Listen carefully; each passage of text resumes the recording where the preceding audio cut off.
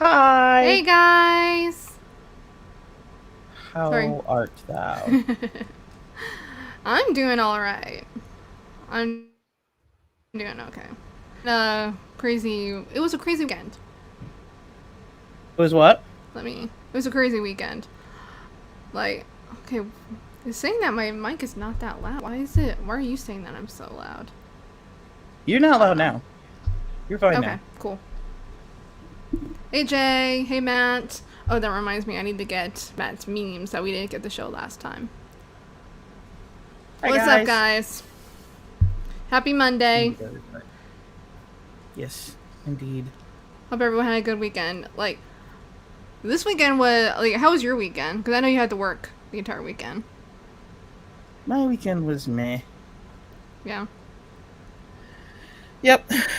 Um. So, well, it sounds like a case of the month. Oh, you did not, Jay. Hi, Just a Adam. case of the Mondays. Am I right? Hi, Jean. Yes. Sorry we're late. We had some technical difficulties ahead of the time. Anywho, so any news to discuss for this week? First, I want to thank everybody for all their kind words for I got the vaccine over the weekend, and I had a lot of mixed reactions. I was quite surprised. Like some people had some strong reactions to me getting the vaccine. It was quite surprising. Indeed. But thank you to everyone who was so kind and while I was going through all of my symptoms of reaction. It was a rough day yesterday. Not gonna lie. But okay, so kind of getting past all that. So first, one of the stories that we can. Thank you, Indy. Yes, I do feel a lot better today. Thank you. Um, but so first, I guess we can say, Ed Asner, who was on the Mary Tyler Moore Show, and he also was one of the voices on Up, and a legendary Hollywood actor. He died over the weekend. Um, so Oh, I didn't know um, that. yeah. So at best, rest in peace, Ed Asner. Um, Oh, okay. did you have any words on Ed Asner? I literally just now found out that he died. I didn't hear. What did he die of? I think just old age. He was pretty old. Well, that's Honestly, I didn't really look. I just saw people tweeting about it. I can look it up. okay. Ed Asner. But yeah, I think he just like died of old age.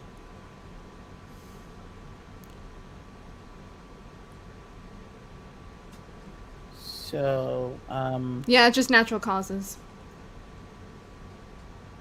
As to me, natural natural causes is a cause. cop out. I mean, that you have no idea why. Yeah, he was 91 years old, so he was an old man. His time had come. Nadia, it was Ed Asner. See, I Yeah. think old age is a cop out too, because like you don't die of old age, you die of something. Mhm. So that means they're like basically what that means is when you hit a certain age, they just stop Mhm. caring. They don't bother to look. They're like, ah, you lived long enough. You were good. Yeah. And we should also wish a happy birthday to our long past Fred Hampton. Today is Fred Hampton's birthday. So, the namesake of this channel, happy birthday, even though he is no longer with us. He was assassinated by the FBI when he was 21 years old in his sleep. Yeah, Which it's is honestly, entirely sad. yeah. Honestly, today would have been a good day to talk about Judas and the Black Messiah. If I had known that it was Fred Hampton's birthday, I would have said like, oh, let's talk about that. So,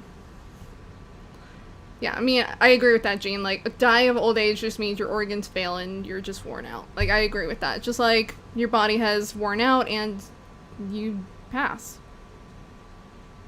Honestly, I don't know what else there is to say about that.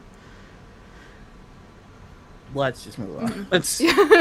Okay, so Ed Asner died. It was Fred Hampton. He would have been like 73, I believe, is what I saw on Fred That's Hampton. the He would have insane been thing. Like 73. he would be younger than my dad.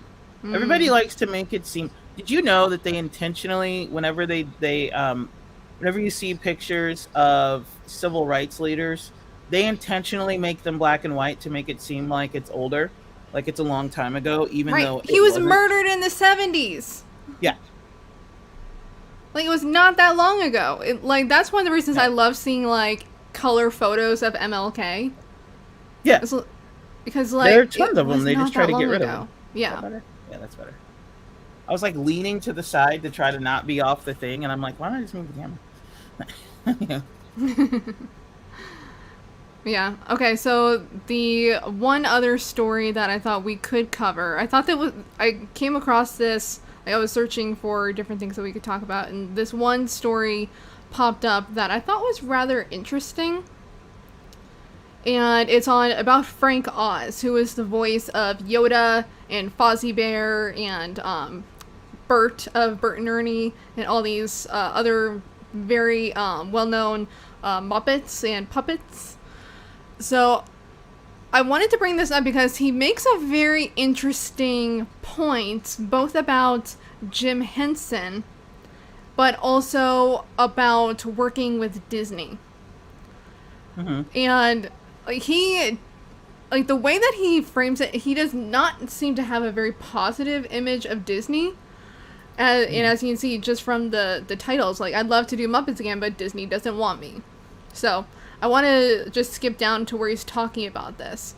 So he talks a little bit about Jim Henson and the time when Jim Henson died, and around that time. So let me scroll down to that part.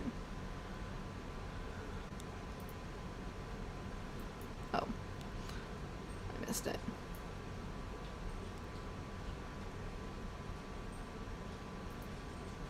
Yay, I finally got the radio side to work.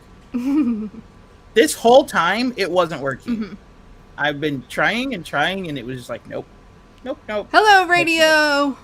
So, hi, Radio Land. We just covered Ed Asner died.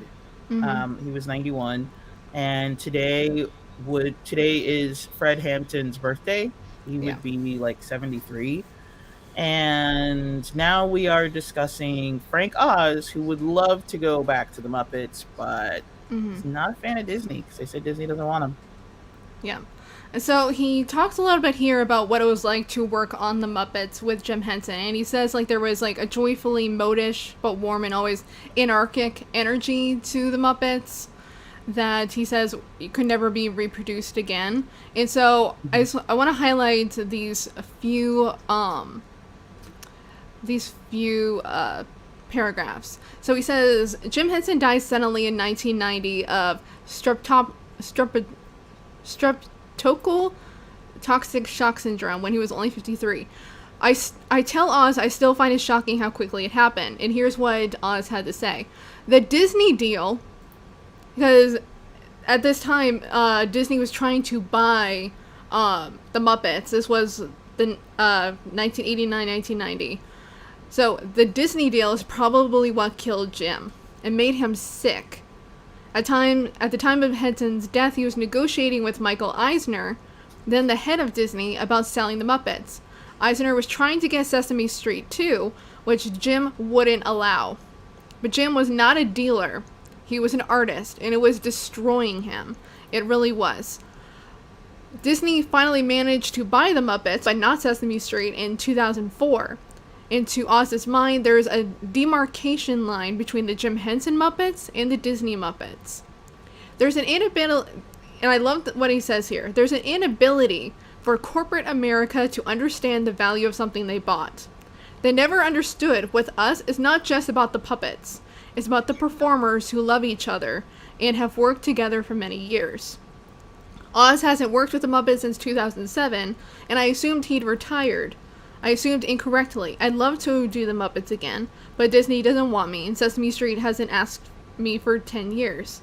They don't want me because I don't follow orders, and I won't do the kind of Muppets they believe in. You can't bear to watch the Muppets or Sesame Street today. The soul's not there. The soul is what makes things grow and be funny. But I miss them and I love them. So I wanted to call that out because he makes a very strong point, a point that we make constantly on this show about how corporations care more about the IP than they care about the actual process of making the product, the creators behind the product, the performers behind it. Like, they just care about selling a product. And I love what he said about the fact that there was a soul, there was an anarchic energy that the Muppets had that could not be recreated by anyone other than someone like Jim and himself, because they just had that bond, they had that relationship, and they had a love of those Muppets and the stories that they were telling. So I think that was really eye-opening. Like, the fact that, he really did not want to sell the Muppets to Disney because he just knew that selling them would basically selling the soul away. And I thought that was a very interesting point that he was making about how corporations destroy the soul of a creative project. So, Jackie, what's your reaction? Pretty much the same thing. Like, I don't have anything really to add to it. That's like, corporations are evil entities, because the thing with the corporation is the whole purpose of a corporation is to make money. It's all about the profit. And we said this before, CEOs have no idea how, and they're not they're not creative, so they have no idea how the creative process works. So yeah, they mess stuff up. Like, that's it. And it's not just creative, it's with anything the corporation, like, if you've ever worked for a corporation, which most of us have now because corporations own pretty much everything, like, that the people at the top have no idea what they're doing when it comes to the day-to-day operations of pretty much any corporation. All they know how to do is make money. Right. It's all numbers on a spreadsheet to them. Yes. That's all it is. It's numbers on a spreadsheet, and they don't understand what makes certain products or certain projects, like, what makes them successful. So whenever they try to recreate the magic of that thing, they don't know what made it work in the first place, so they just go, oh, kind of like Terminator 2 versus Terminator 3. Like, Terminator 3 picked up on the comedy of that Cameron brought into Terminator 2, and the boy and his dog scenario, and so they brought that over, but without James Cameron, they didn't know how Transform or Terminator were supposed to work. So this is very much that type of thing where, Frank Oz is talking about that, they wanted the product, but they didn't want the soul of it. They didn't know how to recreate that magic. Like, right. You really had to have a passion for that thing in order to make it work. Like, we're seeing a lot of that now with like Star Wars. We're seeing a lot of that. We're seeing it a lot with DC. Like, there's a lot of people working on these things that have no real connection to that project, and they're trying to make it something that it's not. And that's very much is what's happening with the Muppets as well. They just don't know what made it work. I don't think that's the case for Star Wars. No? Right now. For Star Wars, it's Kathleen Kennedy is inserting herself, and she wants... Yeah. The funny thing is, it's the classic case of, like, with Star Wars, it's the classic case of... it's not the Oedipus complex, but it happens in Oedipus. It also happens in, like, Kung Fu Panda, where in order to... it happens in Macbeth, where, like, you try to avoid a fate and you run straight into it. That's what happened. Lucas sold Lucasfilm to Disney, but he was trying to avoid this very thing happening. So he decided, I know, I'm going to put my own person in there, and she's worked with me for years. I'm sure she'll make sure everything is fine. And she is the one who fucked everything up. And so in order to try to avoid the future, he went straight to it. Because Kathleen Kennedy is the one that, and yes, she is the one who was ruining Star Wars currently. From what I've heard, she may not be for long. Apparently, Dave Filoni and Jon Favreau are getting the reins. Yeah, to there is do a all the creative war stuff going now. on. Yeah, there's a war going on inside Star Wars. Well, Pretty much. from what I've heard, that war may be over and they won. So, Well, I mean, they're doing a much better job with the product than Kathleen Kennedy is. So and this is why like something like Marvel is so successful. Even though, yes, you can argue that Marvel is formulaic and all the caveats, but Kevin Feige has a very firm grasp. He loves the comics. He understands the comics, and he knows how to appease the fandom in such a way that's not pandering. So, like, when you have that kind of passion for something, you know how to make it work. So,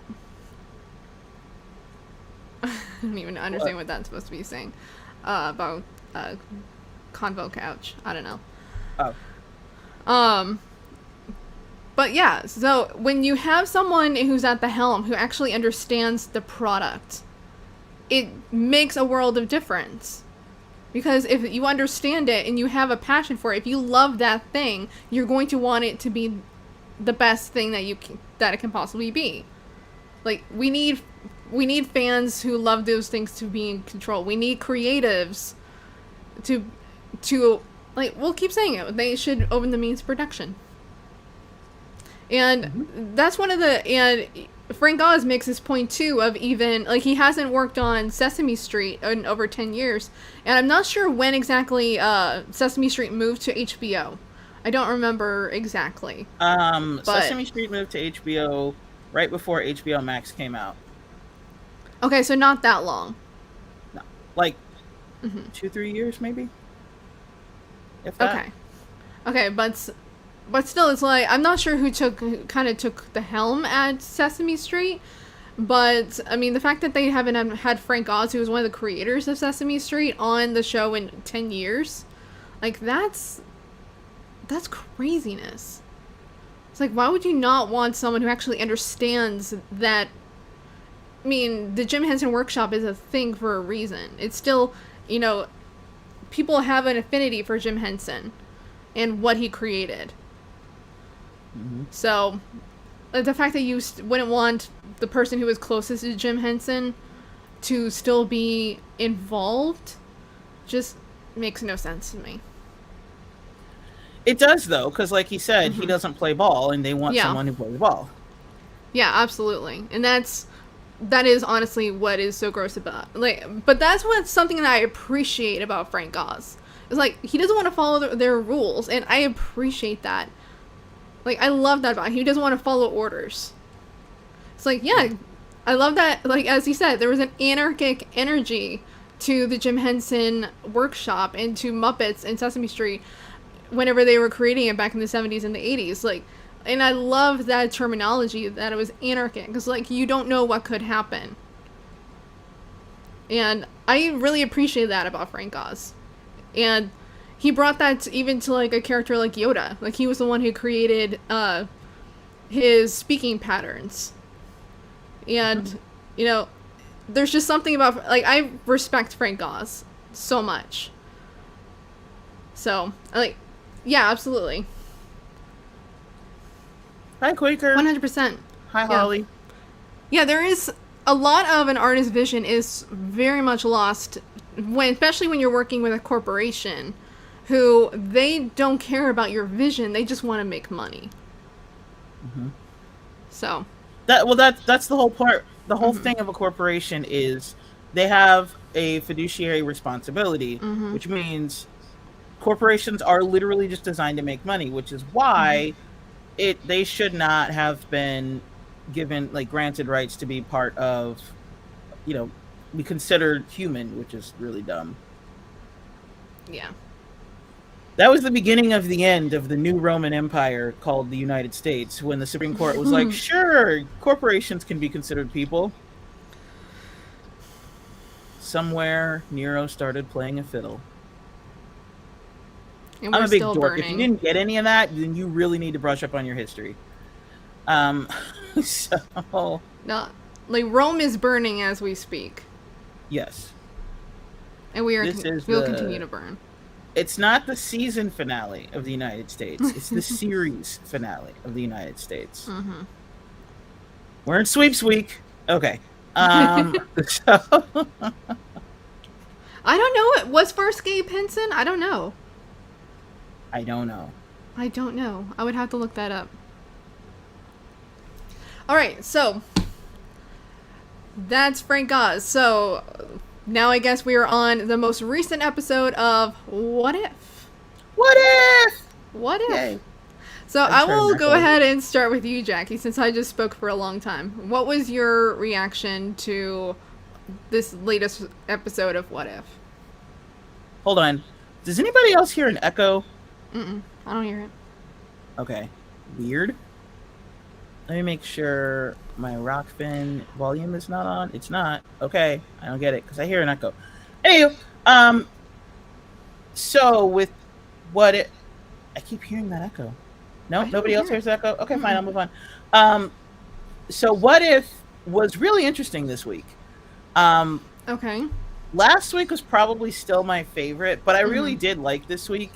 And the main thing I liked about this week is the fact that I feel like we got a better Black Widow in What If than we did in the MCU. Okay. People who watch us know that I was not the biggest fan of Scarlett Johansson being Black Widow. So yeah, when I saw this, like, she didn't return. I don't know why, but Robert Downey Jr., Chris Evans, and Scarlett Johansson did not return to voice their characters. And neither did Brie Larson. Literally everybody else did. Everybody, even Michael Douglas. Well, Dave Bautista was also not, like, Brie Larson wasn't, but apparently Dave Bautista was not invited back to voice his that's character. the thing. So Dave Bautista and Brie Larson weren't there, but then Dave Bautista was like, I would have if they'd asked me. They didn't bother to ask me. I'm like, yeah. Maybe they thought it was just... I have a feeling that the reason why with Dave Bautista and what's her name is because they literally just had like 2 lines, and maybe they thought like they don't want to pay them so much for those 2 lines. And what's so sad too with Dave Bautista is like that guy who voiced him did such a good job. I couldn't tell it wasn't Dave. I didn't know either. Yeah. And the chick who played Carol, again, she only said like 4 words, so it's hard to know if it was her or not. Yeah. Because she literally just says like, "Where's the fight?" or something like that. But the chick who played Black Widow, you could tell she was kind of trying to emulate Scarlett Johansson's tone, but she played her completely differently. And to me, she's way more badass in What If than she is in the MCU. Part of that is Joss Whedon's fault, because when he got a hold of the character, he made her hyper feminine. In his mind, a woman is supposed to be like crying on the floor and shit, which is why after the hulked out, she was like, no. And then I guess to fix that, he made her fall in love with him. How does that fix that at all? That actually makes that worse. The one character she was afraid of is the character that she falls for. No. And the fact that she was like his babysitter, and that she was always cleaning up after the boys. Yeah. And so I just don't like her. When Joss Whedon took over the character, I didn't like his depiction of her at all. I liked her okay in Iron Man 2 and in when the Russo brothers had her, because she was closer to her comic book character. And the Russos definitely she was just like a fragile female. Yeah, like the Russos, I feel, did the best job with her. Yes. But I still think that What If was better. And for those who don't know, the person who voiced her in What If was Lake Bell, who also plays Poison Ivy in the Harley Quinn series. She's so good at Poison Ivy. You always have to bring it back to DC. Okay, so in this episode of What If, it redoes Fury's Big Week from Phase 1, which, to recap really quick, if you don't know what Fury's Big Week is, all of Phase 1 up to the Avengers takes place in 1 week. Well, okay, discounting the first Iron Man. So basically from the Incredible Hulk, from the Incredible Hulk to Captain America, the first Avenger, all takes Yeah, so place in 1 week. this is Iron Man 2, The Yeah, Incredible Hulk, and other Thor. way around. It's Incredible Hulk, then Iron Man 2, Thor, and then Captain America: First Avenger. Incredible Hulk is first. So basically, what happens is like, so the Hulk, so this part of the Hulk where he comes back to when he comes back to the States, that pretty much, like, we'll call that Sunday, right? Okay, or like Monday, because their school is Yeah. technically in second. We'll call that Monday. And then Thor's hammer being found in the desert, that's Tuesday. And then um when Thor when not Cap gets thawed at the end of Captain America: The First Avenger, that's like Thursday, and then Loki invades on like Saturday. So it's like it's all, and I skipped one. Iron Man 2, when Monaco happens, that's like Wednesday. So it's literally like bam bam bam. It's all part of Yeah. 1 week. And if you watched the one shots that come after the movie, they put that together more of the pieces, and all of that together is called Fury's Big Week. So this what if goes back to Fury's Big Week, only with one difference. The beginning is when Black Widow hits Tony Stark. We're in Iron Man 2 now. When Black Widow hits Tony Stark with the injection that's supposed to take away, it's supposed to be lithium dioxide that like takes away his His poisoning. The poisoning from the for palladium in his palladium poisoning. There you go. yeah. Um, when she does that, instead of it curing him, he dies. And now she's taken into custody for killing Tony Stark. And then now we go to Thor, and we're watching Hawkeye watch Thor where Mjolnir is. He's trying to get to Mjolnir. Before he gets to Mjolnir, Hawkeye is watching him. Remember, the whole time, when you go back to the MCU, Hawkeye had his arrow trained on him, but he never shot. Since This Tony is time- dead, Fury is in New Mexico. Yeah, Fury's now in New Mexico, and Hawkeye's watching. Hawkeye's watching Thor, and then even though he doesn't shoot, his arrow releases, and it kills Thor. So now Thor is dead. Then Fury is there, and he's like investigating things, and he goes to talk to Barton. When he goes into the cell, which nobody else was in, Barton is dead. And that's when they reveal that Barton had a family. He was married with a family, and Fury's like, he wouldn't have killed himself. So then, so to back up, when they took Black Widow, he gave her the injector, knowing that she could use that to get out and she could investigate. So she does, and it very much mirrors. It kind of mirrors two scenes that happen in the MCU. One is the scene in Captain America: Winter Soldier. They're both from the same movie, but the scene Captain America: Winter Soldier, when they're in the back, and or they're in that like paddy wagon, and they get saved. It kind of mirrors that scene, but it also mirrors from Captain America: Winter Soldier, the elevator scene, because she ends up taking everybody down, and it's the same people, because those are the guys inside the paddy wagon with her this time. She takes them all down and escapes, and now she goes to Columbia University to talk to Betsy Ross to find out what Betty to talk to Betty Ross to find out where Bruce Banner is. At this point, Bruce Banner is already there. Black Widow figures this out, so she opens the door to the closet he's hiding in. He comes out. She discusses things with him, and then realizes S.H.I.E.L.D. is here.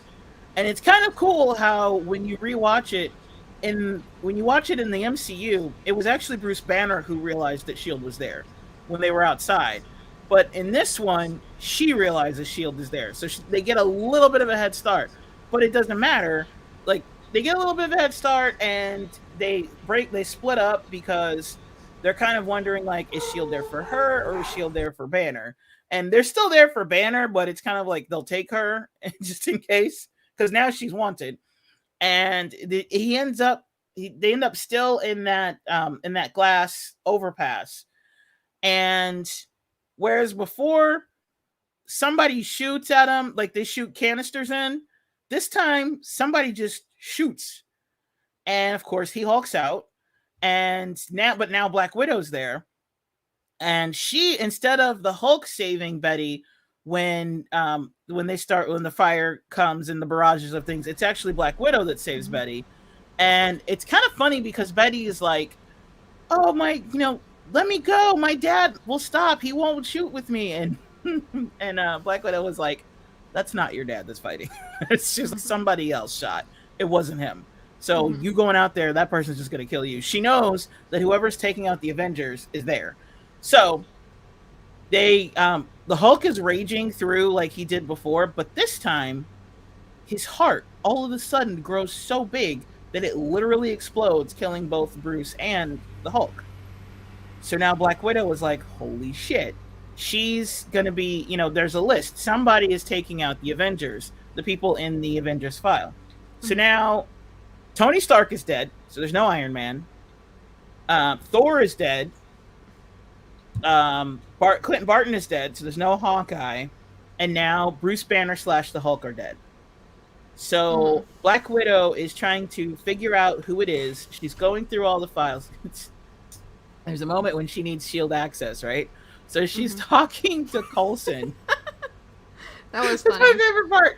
She's talking to Coulson, and she convinces him to give her his sign-in so she can get into the shield files. And he doesn't want to give it to her. He's very reluctant to give it to her. And then he finally does. And his password is Steve. I love Steve 0704, which is Steve Rogers' birthday.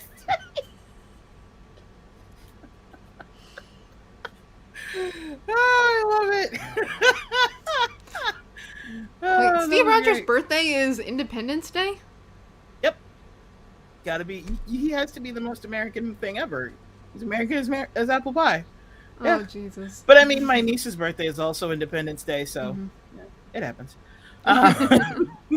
But yeah. So then she gets into the files and she figures out who it is. And she calls Fury, and she realizes that whoever it is there. And it's really creepy. I love how they do it. She's looking behind her and you don't see anything. Well, first you see through the point of view of somebody who's watching her. And you know that somebody's there. And then she looks behind her and she doesn't see anything, and then she keeps digging, and then you can see she doesn't stop and turn, but she does that like look to the side like she knows somebody's there. Like that. And then she's typing, and then she's like, So then, which I don't know if you can see because my eyes are too small. But so she see, Meg did it. So after she figures it out, because the first thing she says is, when she's going through the information, she goes, how can somebody who's dead have logged in? How can somebody who's been dead 2 years have logged in? And we kind of get who it is, because at the time you see the files that are presented, and it's files for like Tony Stark, Janet Van Dyne, Bruce Banner. There's a bunch of people on screen, and if you were paying attention, you would be like, aha, that's what happened. So she turns around and says, you won't win. And nobody says anything, right? So then she starts fighting, but it looks like she's fighting somebody invisible. Like there's nobody. She's getting like thrown around the room, and it's like, who the hell is she fighting? So then you cut from that back to Fury, and Fury is now sitting at the table with Coulson. It reminds me of a one-shot they did called The Consultant, where it was Sitwell sitting with Coulson, but now it's Fury sitting with Coulson, and instead of the two of them talking about having to send Tony Stark to talk to General Ross, now it's Coulson and Fury talking about the hit list. And then you hear Fury is playing a message from Black Widow repeatedly, where she says, it's all about hope. And at first you might think like hope as in like, hope, love, peace, that kind of shit.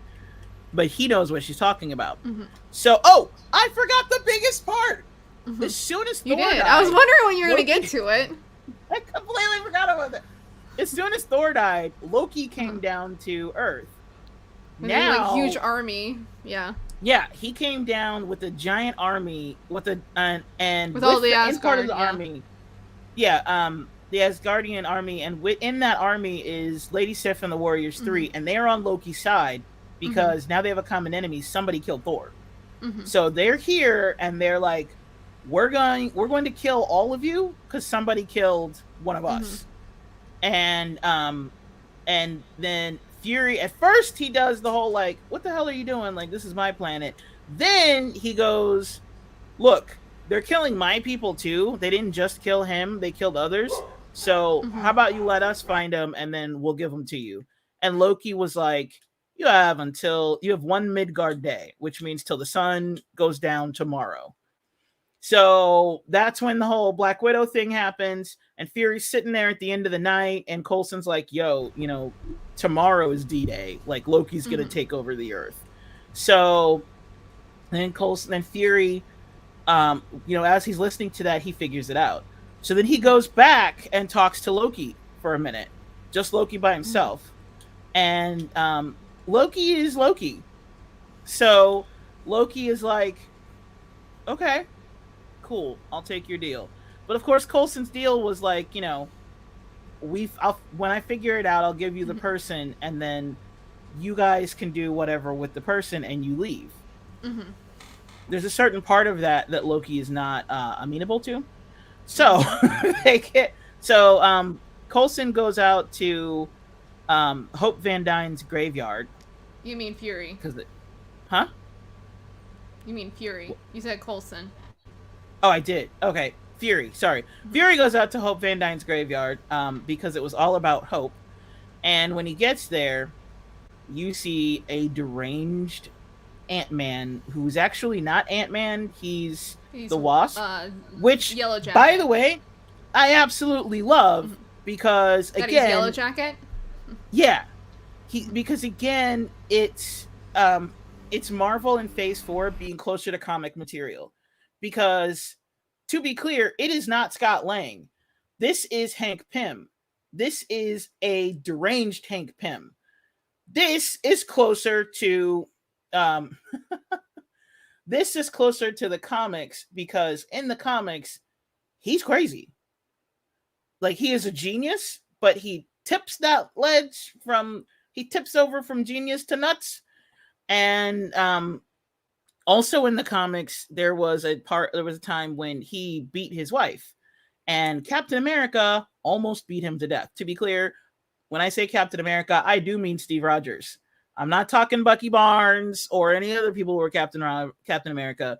Steve Rogers finds him after seeing the shape that Janet Van Dyne is in and almost beats him to death. So yes, the Pym particles have completely deranged him, like Jay said. So finally, we get the comic book accurate version. It's in a what if, but whatever. So he's crazy. And he's pissed off because his daughter joined S.H.I.E.L.D. and she died. So he decided to take out, because the person who was closest to him is gone, because he thinks his wife Janet is dead, because, this is before Scott Lang has figured out how to get into the quantum realm. So he thinks she's dead. So his daughter, because he was so distant, instead of working for Pym, his daughter decided to become a S.H.I.E.L.D. agent in this one, and she died as a S.H.I.E.L.D. agent. And instead of seeing that as like, that's just it, remember, he's always hated S.H.I.E.L.D., so he decided to get back at Fury. Because she was under Fury, he decided to get back at Fury by playing the long game. And he had hacked into Fury's files. He found his stuff on the Avengers. So he decided to go in and take out the Avengers before he could assemble them as a team. And when is a better time to take out the Avengers other than before, when they're Avengers, when they're all still vulnerable? Because Thor has not gotten his power back yet. He's just a human at this point. Perfect time to kill him. Not Steve Rogers. I read Steve Rogers, so I said Steve Rogers. Tony Stark was dying of palladium poisoning. very vulnerable, easy target. Then he took out like Black Widow and Clint Barton are human, and when he used the Ant-Man technology, like when he shrunk down, you can't see him. And how he was able to take out the Incredible Hulk was He enlarged it. he, He used pin particles. yeah, he well, He enlarged his he heart. ran up on him and then got inside of him and used his the chip thing that he throws to the regulator.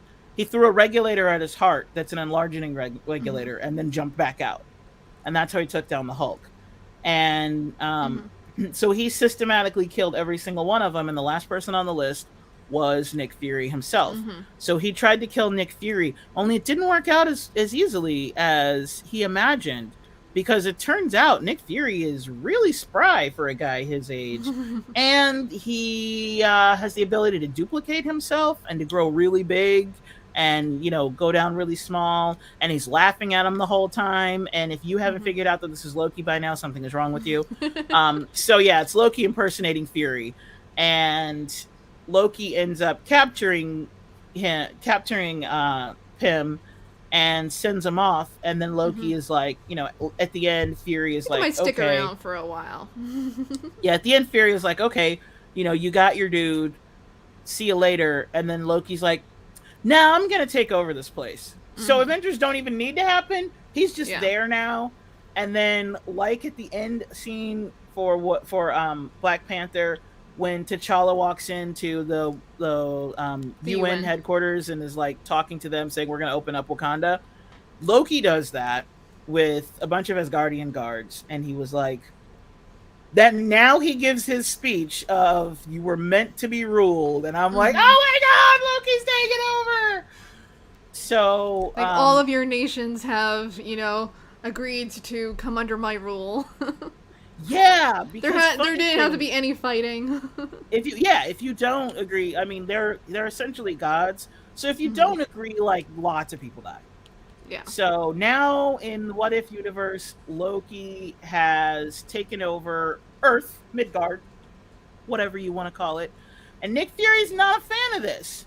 So he goes to where there's a certain frozen shield. And instead of seeing like the people who discovered where Steve Rogers was, you see Nick Fury's hand swipe, and that shows the shield. And then he says, "Are you ready, Captain?" Well, it's welcome back, Captain, I believe. Or welcome back, Captain. Yeah, welcome back, Captain. And then the camera pans around, and it's Carol Danvers, because he had found the thing, and he was going to call her when all the Avengers were being taken out, but then he decided to give Black Widow a chance to figure it out, and she did. So now she's on Earth, and it's very much that scene at the end of Infinity War when she comes back and she's like, all right, where's the fight? And that's the end of the episode. And it's awesome. Bye, Dan. Don't let the door hit your ass on the way out, or let it. You know what the show is? It's called Nerdolitics. There are literally 39 other shows that don't talk entertainment and politics. So this isn't your flavor. Watch one of the others. Yeah. Like that really, it's like, I'm sorry, can the left not have a little bit of fun? Are we not allowed to have fun? Not. Like, my name might be Killjoy, but I like to have fun. That you're the reason why the left can't have any fun, because you killed the joy. Anywho. Okay, so first, before I give my thoughts, let me bring up some memes from our good friend Matt. There are memes. Gotta bring up Matt's memes. Matthew, what have you done? Matt, I don't know if you sent me memes for this week. You'll have to tell me whether or not you did. But so this is from episode 2. Because we didn't have time to show them last week. So, let me make sure that you can see them all right. Okay, so. It's pretty funny. Thanos in Avengers, he's like 90s Ice-T. Thanos in What Up. That's pretty funny. So, in one picture, he's like the rapper Ice-T. That's Thanos in Avengers. And then in Thanos in What If, he's like... He's literally like Mr. Nice Guy Ice-T holding a little girl. Yeah. Welcome to the MCU for real this time. It's Howard the Duck talking to T'Challa. Yeah. Yeah. Anything else? This is a fun one. Oh, this one I love. I've seen this one. My plan to randomly kill half the universe is both fair and efficient. Is it though? So, for those who can't see, it is the meme of Bruce Banner and Thor talking from Thor Ragnarok when Bruce Banner was yelling at Thor about him turning, and Bruce Banner is labeled Thanos. It says, "My plan to kill half the universe is both fair and efficient." And then it's the scene when Thor was like, "Is it though?" And it says T'Challa over it. As T'Challa was able to convince him through a good argument. Yes. Yeah, this one is also a good one. It's like this. It shows Thanos from Endgame. It says the boss when you fight him, and this is like talking about like video games. Mm-hmm. So the boss when you fight him versus Thanos and What If, which is the boss when you unlock him as a playable character. So it's like Bowser versus playable Bowser. That is really funny. Like, Matt, I don't know if you have any for this week. Oh, interesting. What? Matthew says that he didn't because he didn't think this week was very memeable. Interesting. Wait, are you the one making these memes? He is the one making the memes, yeah. Oh, okay. Fun is not praxis. Showing us memes. And he's the one making them. He's very talented. Fun is not praxis. That's funny. Okay. But, okay, so I had to kind of concur with Matt. I didn't really like this episode. Like, I didn't really. I didn't like it very much because, like, it seemed like I didn't really get how this was, you know, like, there was no moment that occurred in the episode that created a new timeline for me, but it kind of like, so what didn't quite make sense was that, you know, we found out about Hope at the very end of the episode. So so I appreciated the mystery of it all, but the fact that we never got to meet Hope, like, I feel like Hope just keeps getting the short shrift. But in Wasp altogether, like, Wasp just keeps getting the short shrift in the MCU. Because if you watch some of the animated series and you read the comics, Janet Van Dyne is kind of a badass. Like, the Wasp is kind of a badass, and she's been a lead. She was one of the founding leaders of the Avengers. She's led the Avengers multiple times in both the comics and in the animated series. So the fact that she is constantly given short shrift in the MCU, honestly, it makes me a little upset. She's a really awesome character, and she has really strong storylines, much like what you said, like, about, you know, Hank, and the fact that she was, you know, abused wife.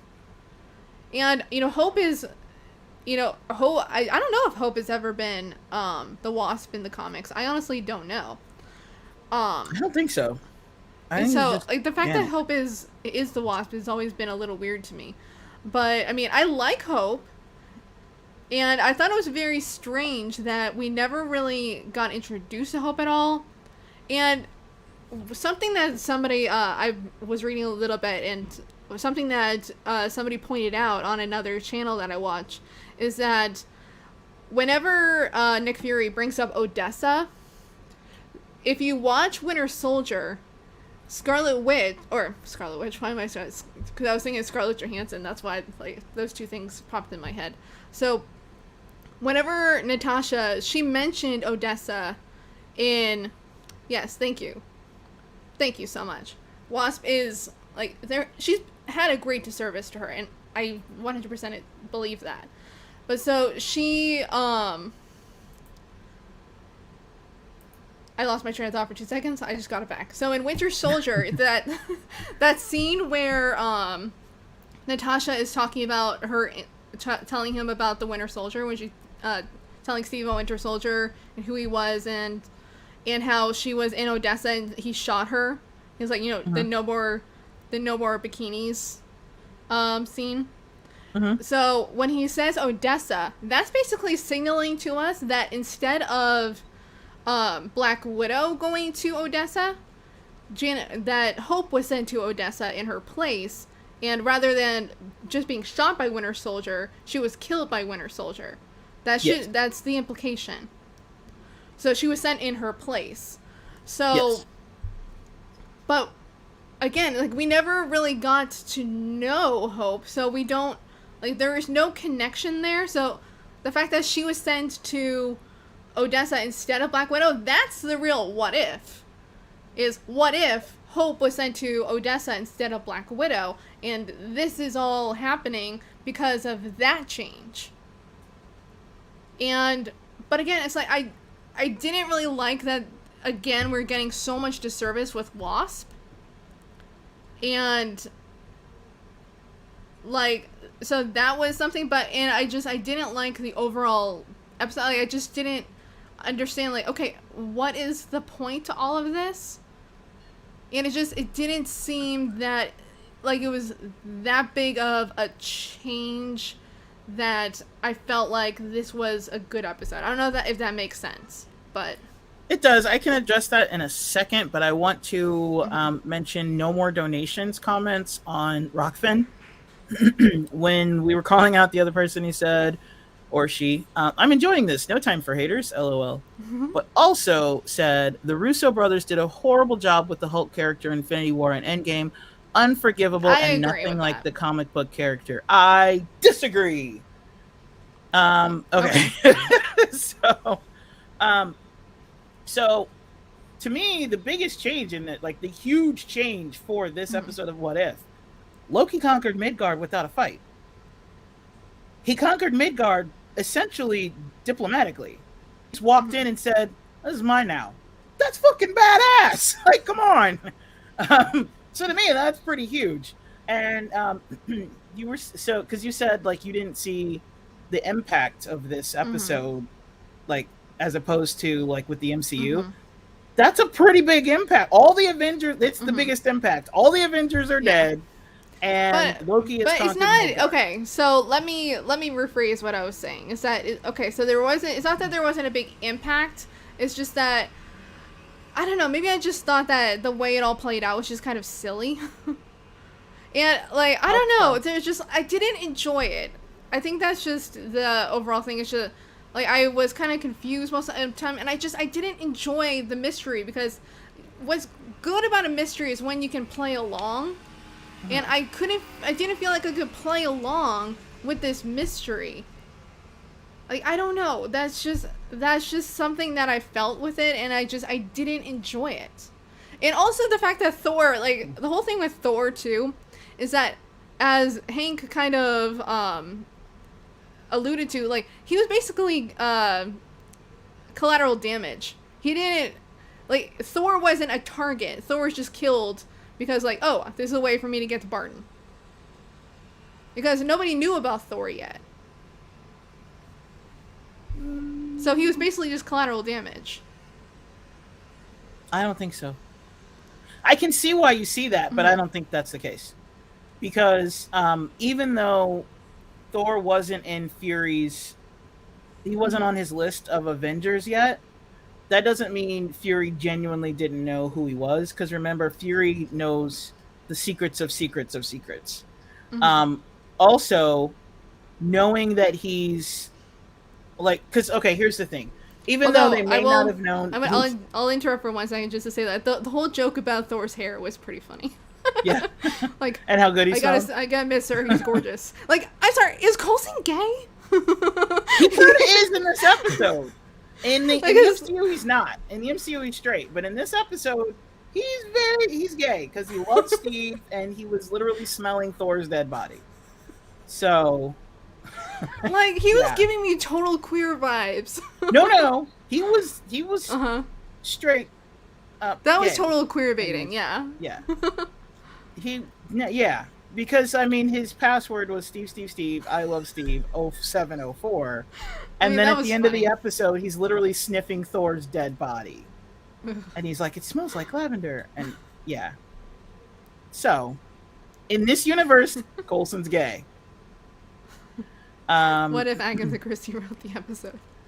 So yeah, I can see where you feel on that. I'm not gonna I'm not gonna try to like disavow your feelings. It's just I felt the exact opposite. Hey Kiko, what's up?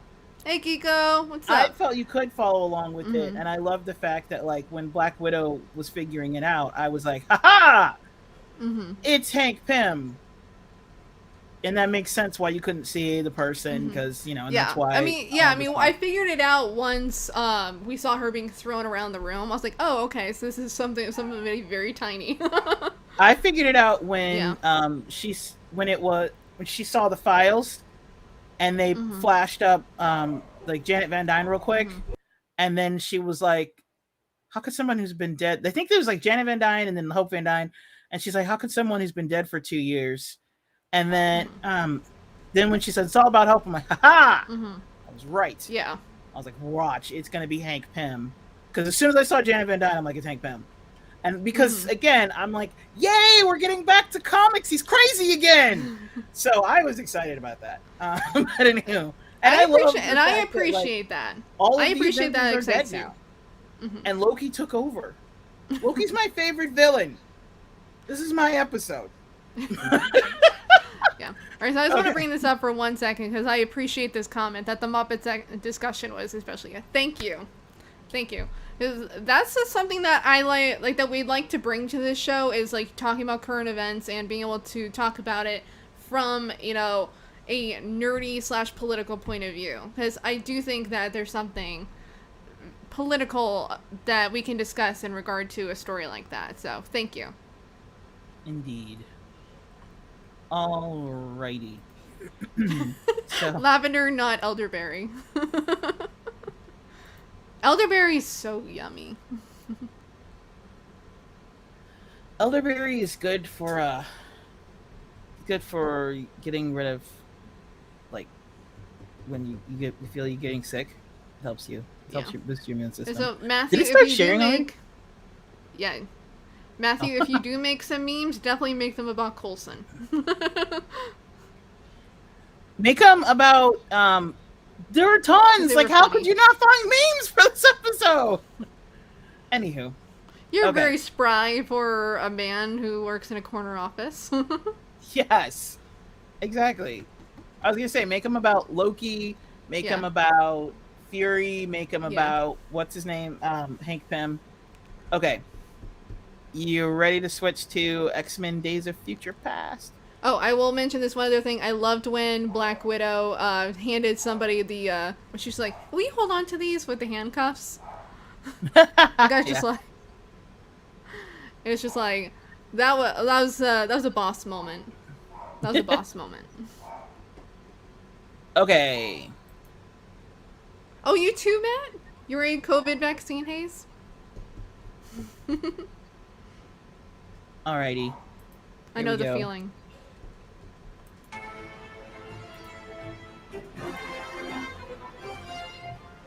In a dystopian future, Sentinels have been programmed to identify and hunt down mutants and their human allies who carry the mutant gene for extermination.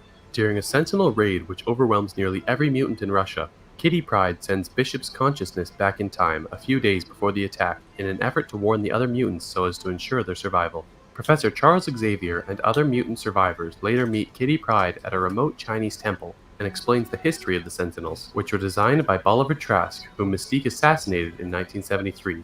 Mystique's DNA was then modified by scientists to advance the Sentinel program. Using Kitty's ability to send a mutant's consciousness back in time, Xavier and Magneto plan to alter history by preventing Trask's assassination. While Xavier initially plans to be the candidate, Wolverine volunteers instead since his regenerative powers would allow him to survive the process. After awakening in his younger body in 1973, Wolverine arrives at the X-Mansion, discovering the school has been shut down and that the younger Xavier can walk due to a specialized serum suppressing his mutant abilities. Hoping to reunite with Mystique, Xavier agrees to help Wolverine and busts Eric Lensher out of his prison cell under the Pentagon, aided by Hank McCoy and Peter Maximoff.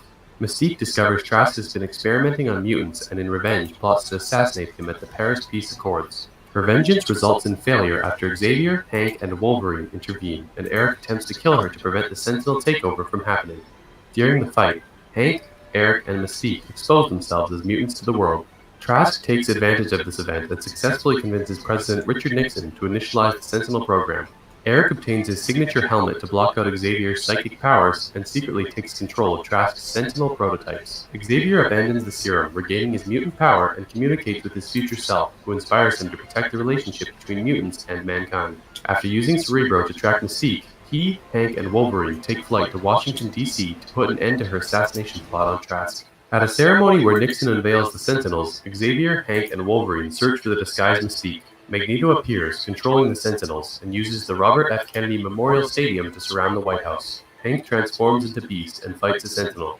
Wolverine confronts Magneto, but is thrown into the Potomac River. Nixon, Trask, and Mystique hide in a safe room beneath the White House, but Magneto rips it out of the building with the intention of killing the president. In the future, the Sentinels launch an attack on the X-Men, slaying most of them. In the present, Xavier persuades Mystique to spare Trask after she saves President Nixon from Magneto, altering history and erasing the Sentinels from existence. Magneto and Mystique both leave, one a criminal, the other a hero, and Trask is jailed for attempting to sell U.S. military secrets to Vietnamese officials. Wolverine wakes up at the mansion in the present day to find Iceman, Rogue, Colossus, Kitty, Beast, Storm, Jean Grey, Scott Summers, and Xavier, all alive. Wolverine speaks to Xavier, who is also aware of the changes in history. Back in 1973, younger Wolverine is rescued by Mystique, who is disguised as William Stryker. In the post-credits scene, an Egyptian crowd is seen chanting to Insaba-Nur, who telekinetically elevates building blocks to forge pyramids as four horsemen observe him from afar. That was all courtesy of Movies in Minutes. Yay! Yeah. Thank you, Movies in Minutes. We appreciate Movies in Minutes. Thank you. We really do, because he makes our recaps awesome. So, really quick before we get into it, thank you, No More Donations, who ironically tipped us $2 on Rockfin. That's what the thanks for the super chat was for. Mm-hmm. You folks are both cracking me up, and I really appreciate this moment of escapism for me and for others, except Dan. Haha.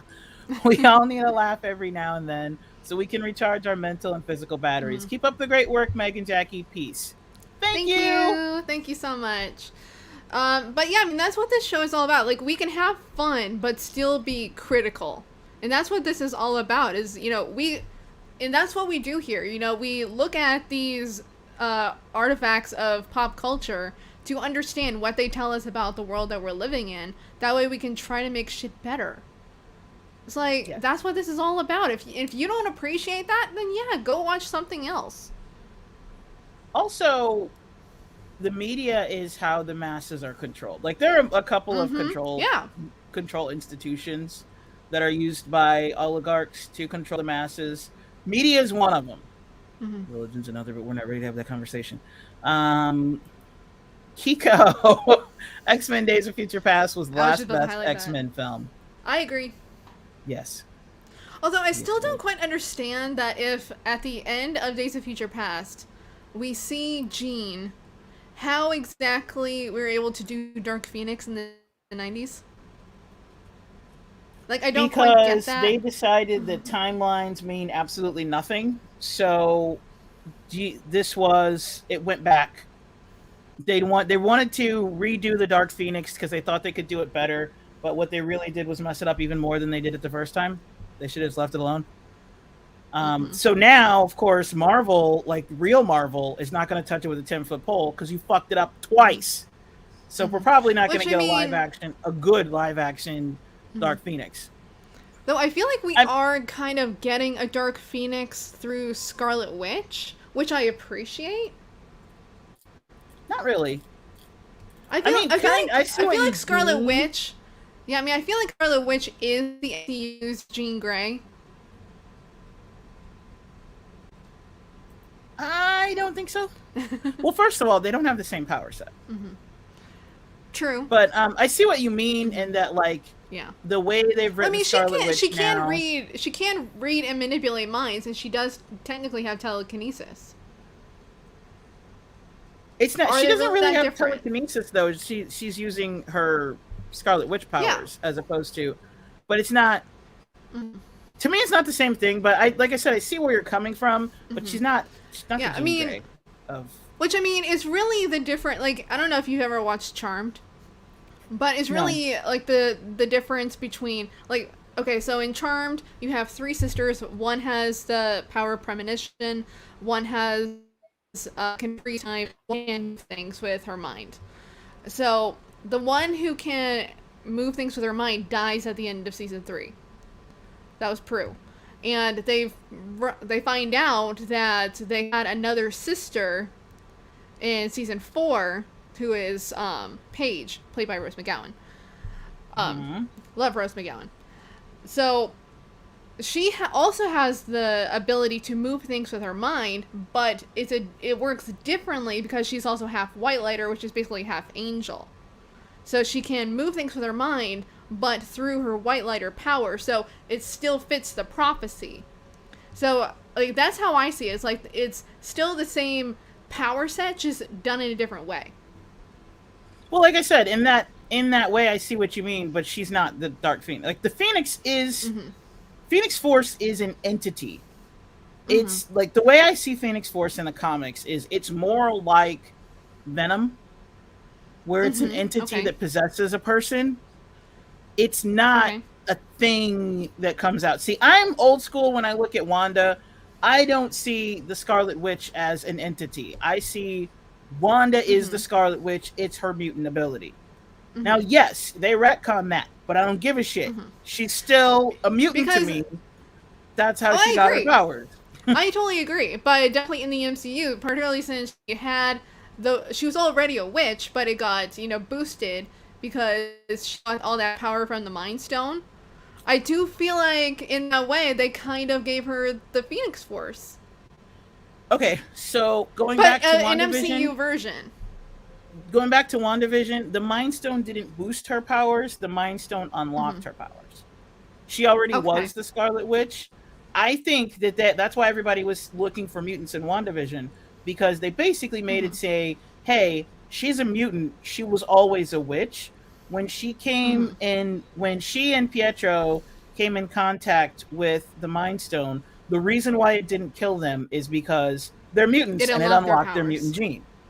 Right. Okay. So it didn't enhance it. It's just like, oh, mutants unlock, and now now they have mutant powers, which means that mutants are already in the MCU. They just haven't had their powers unlocked. We also see that later in WandaVision when Homegirl gets her powers. Her powers are unlocked by going in and out of I should say her name. Her comic book character is like 9 names. Monica Rambeau. Tiana Paris. What's the character that she played? Monica Rambeau. Thank you, Monica Rambeau. AKA so Captain she Marvel, goes AKA through the hex multiple times. That's what mutates her, and she becomes essentially a mutant. But basically, WandaVision was like, hey, mutants are out there. Their mutant gene just wasn't unlocked yet, but it's in them. Just has to be unlocked. And so that's why everybody's looking for X-Men after seeing that. Because, like, comic people are like, that's the mutant gene. That's why she didn't do that. So, yeah, because if it was that it gave her powers, then that doesn't make any sense for Pietro, because he also came up against the stone. They didn't show us that, but he also hit the stone, or not hit the stone, but like came into the presence of the stone, and the stone didn't kill him. And so to me, that's because they're mutants, and it just recognized a mutant and was like, okay, unlock. So I don't. And yes, the way that they went about the Phoenix Force, it was like an ability that she had to unlock, and they kind of made it seem like maybe it was something, like it was someone who visited her or something, which is really weird. But that doesn't make any sense, because they also said that she was always a witch, and that's how she and Pietro survived. So they're kind of trying to have it both ways. I feel like they're not sure whether they want to go the retcon origin or whether they want to go the mutant origin. So just kind of threw elements of both in there, and we're like, let the comic book fans argue it out, which is what we're doing. But to me, Jean Grey is already a super powerful psychic on her own and telekinetic. And then the Phoenix Force enters her, and then she's just godlike. She's god, not even like. She's a god. She's a goddess. So it's not the same thing. Wanda is super powerful, but in the comics, it's Chthon who enters her. That sounded wrong, but you know what I meant. Yeah. Chthon possesses her, and he's evil. And he's the reason why she's even more powerful. Because she is an Omega level mutant. She is a Nexus being. Did I freeze or did you freeze? Jackie?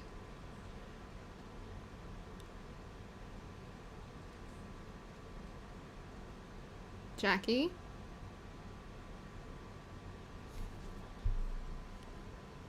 Am I the only one who is seeing that? Okay, yeah. Jackie. Yeah, I'll do that, Jay. I'll do the Bueller voice. Jackie. Jackie. There you go. Jackie. Hi. How did you even do that? How did I do what? How did you bring up yourself twice? You duplicated yourself. Because when the stream went down. Right. That's right, Matthew. It wasn't me. When the stream went down, because like I heard you say, Jackie, did you freeze or did I freeze? And I'm like, I didn't freeze. As I'm saying that, both of our screens go black, and I'm like, what's happening? And so I thought like, but it said, according to me, like, you know where it says live, it was like your stream timed out or something, and I'm like, what happened? So I refreshed the page, which is why I probably went away, but apparently I didn't go away. I just sat there beside myself. So you're literally beside yourself. Yes. You know what? This is the best comment of the day. Jackie channeling Loki today. There it is. I appreciate that, Matthew. You're a clever one. Yeah. This is why he can. Weird. That's why he can create such dank memes, because he's very creative. Except for this week. Vaccine fog, whatever. You'll have to send Jackie some memes for next week, Matt. Memeless. Okay. She's memeless. So I was channeling Loki today. You know what? You should always channel your inner Loki. You know what? I like, just a quick aside. I think Loki's my favorite character because like when you go back and you watch Norse mythology or read Norse mythology, he's still my favorite character. And everybody calls him evil. I'm like, he's not evil. Because he doesn't like. He's just a trickster. Exactly. And like, who can't identify with the trickster? A square. That's who can't identify with the trickster. So if you can't identify with the trickster, you're not cool. Yeah, he's a bit of an anarchist. Thank you. Hello. Anarchy Incorporated, which is very much a contradiction of terms. That is an excellent name for a show. Anarchy Incorporated. You really shouldn't have an incorporation called Anarchy. That's not. That's why it's so funny, because it's very paradoxical. Contradiction in terms. All right, so we talked Scarlet Witch, who has nothing to do with Days of Future Past. I mean, it was kind of related, because like I do think that they are eventually going to bring mutants into the MCU. And no, I do think that there is, like, I don't know if they're going to easily be able to integrate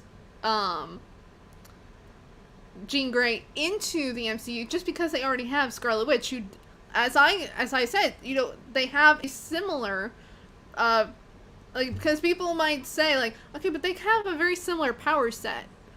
Like, yes, they're two different power sets, but to the layman, they might look like the same thing.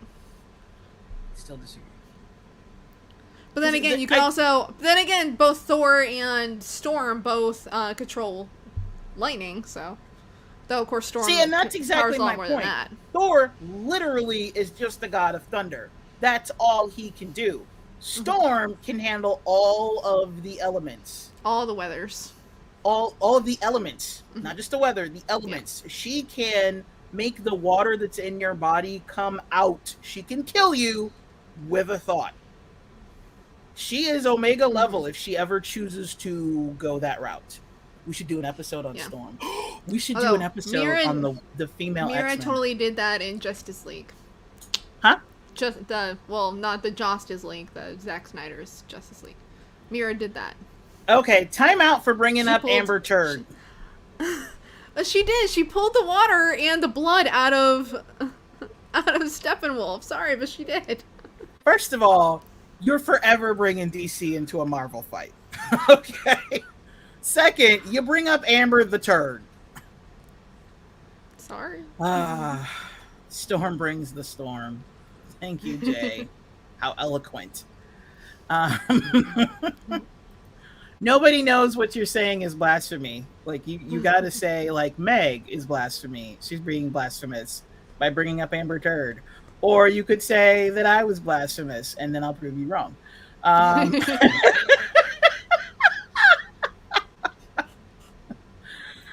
I make a really shitty narcissist because I don't actually believe it.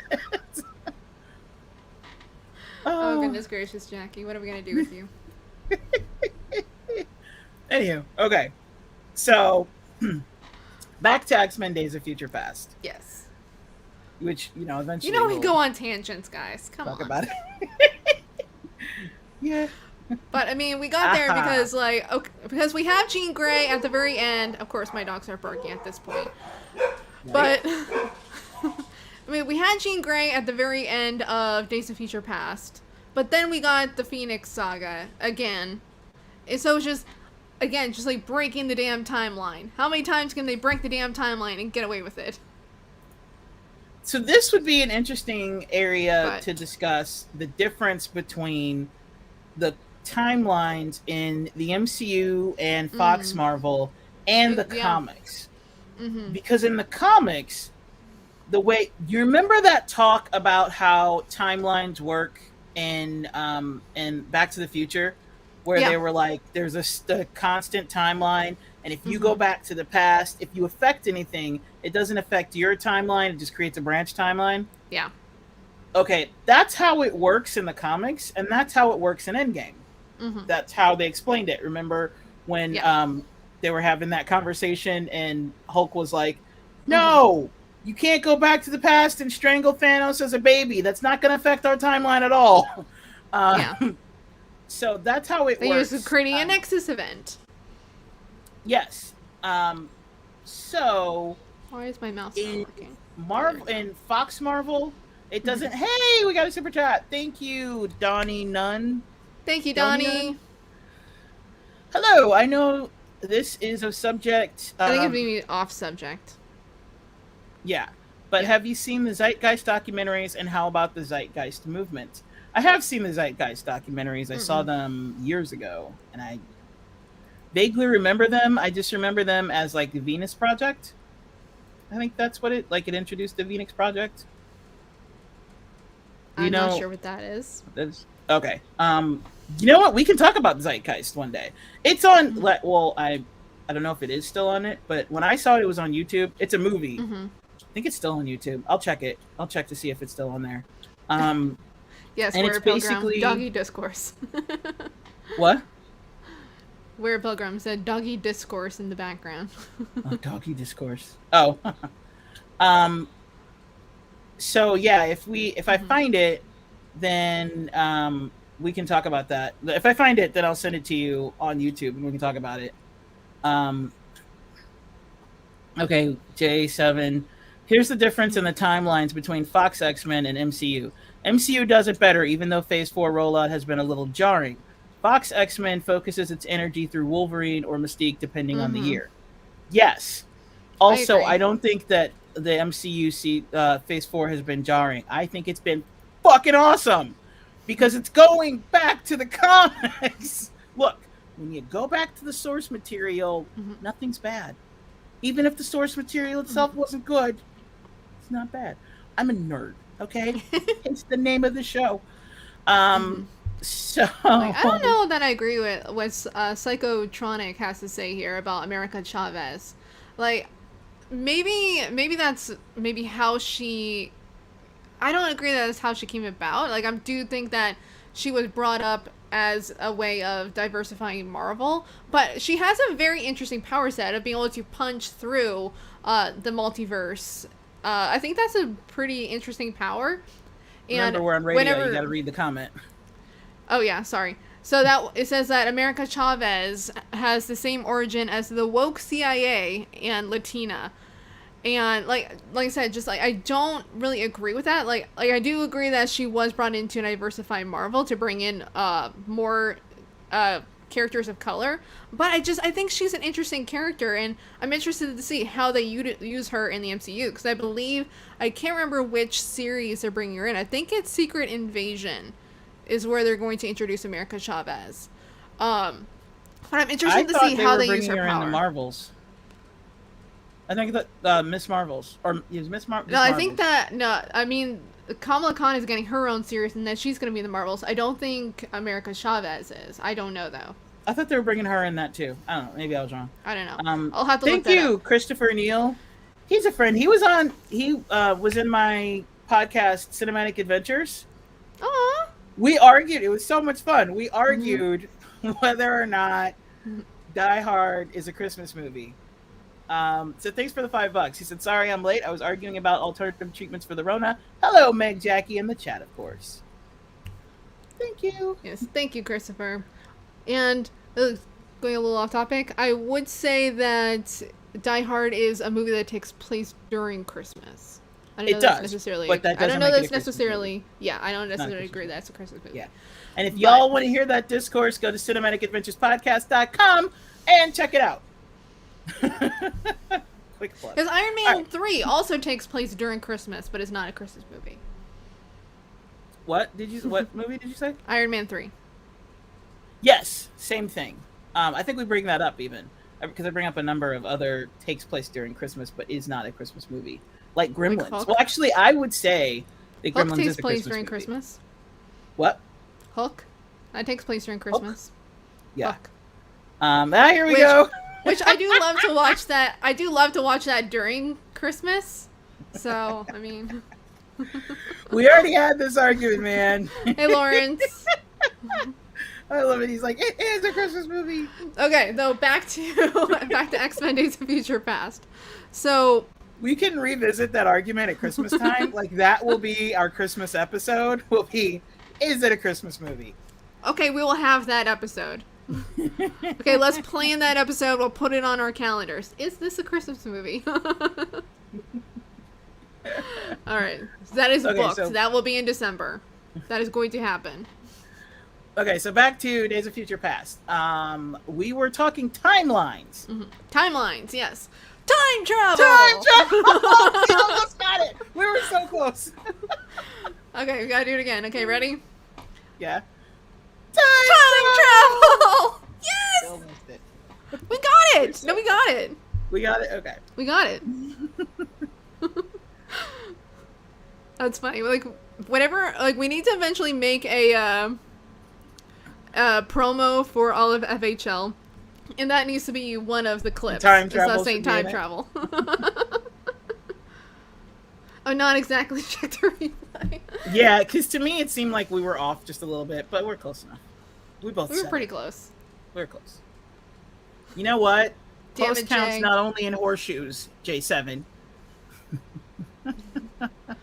Also hand grenades. So I love how What If is like bringing out the differences in us, because you loved the first episode, I hated it. I think we both liked the second episode, and then the third episode, I liked it and you did not. Oh, wow. Oh my, thank you. Thank you, Donnie. Thank you for the $20. Yes, it introduces the Venus Project. It's still on YouTube. Peter Joseph just announced that he will make Zeitgeist 4. I didn't know there was a 3. I knew there was a 1 and 2. Which will air in 2022. He does a podcast named Revolution Now. Well, Thank you. We will check that out. So the podcast is named Revolution Now. Interesting.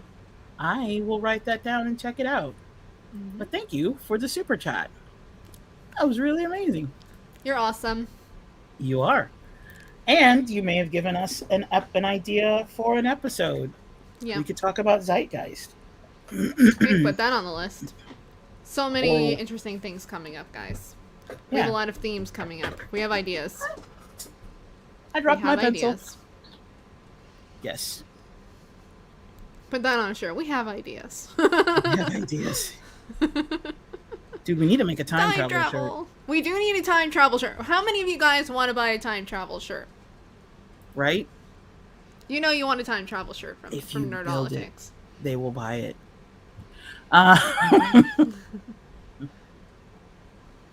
Just Jackie is frozen. I'm behind the stream. Frozen. Oh, you're behind the stream. I was frozen. Mm-hmm. Yeah. But I've let it go. See what I did there? Mm-hmm. Yeah. Come on, that was funny. Travel. You guys suck. Anyway. Okay. Jackie is my homegirl. What? Why? Why would you want to do that? Oh my goodness gracious. Matthew, you are a wild one. Me? I'm not the one who said Jackie is my homegirl. I said Matthew is a wild one. Oh, I thought you said Jackie. I was like, I did nothing. I'm innocent. Totally innocent. Oh, come on, Jackie. You know you're wild. Wow. Okay, anyway.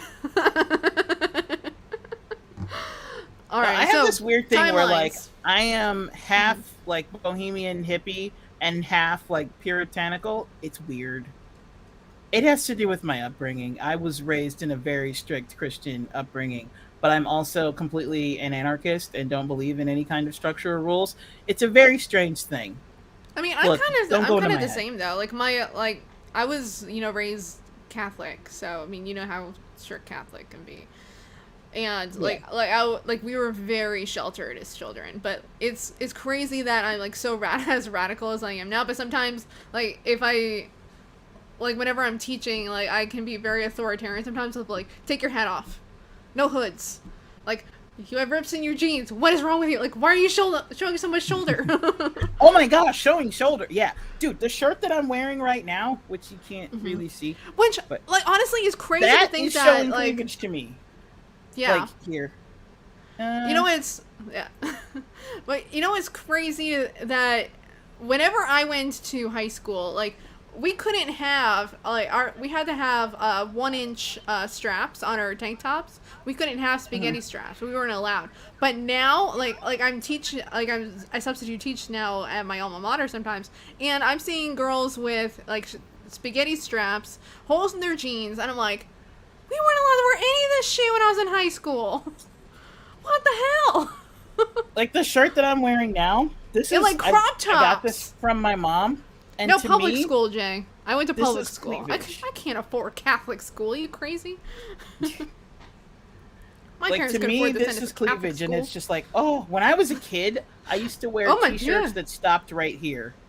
And I wore button-up shirts all the way. I buttoned every single button because you can't be immodest. So, yeah. But then at the same time, like, if somebody sees me naked, I'm not going to cover up because I'm like, well, you've seen everything now. Like, there's no mystery. It's just this. Like, you've already seen it. I'm not covering up. So, yeah. I'm kind of the same way in that regard, which is kind of weird. It's like, dude, I'm already naked. Like, what am I supposed to do? Right? It's like, you've seen it now. May as well. Yeah. So Where Pilgrim said that was discussed on JB's show yesterday when Rome popped up. Rhea Jackie's shirt. What? Oh, that you need a shirt? I don't know what they did. I don't get to watch the weekend shows, but apparently they were talking about a Jackie shirt. I did see a clip from them yesterday when they were being just goofballs. I love JB. I love Rome. And the two of them together. Ooh, boy. So this is Psychtronic 15's comment. America Chavez and the woke CIA Latina both have hoop earrings and wax eloquent as sassy cisgender heroes. Marvel is CIA propaganda. That's correlation though. Just because they both wear hoop earrings and everything, doesn't mean they're the same thing.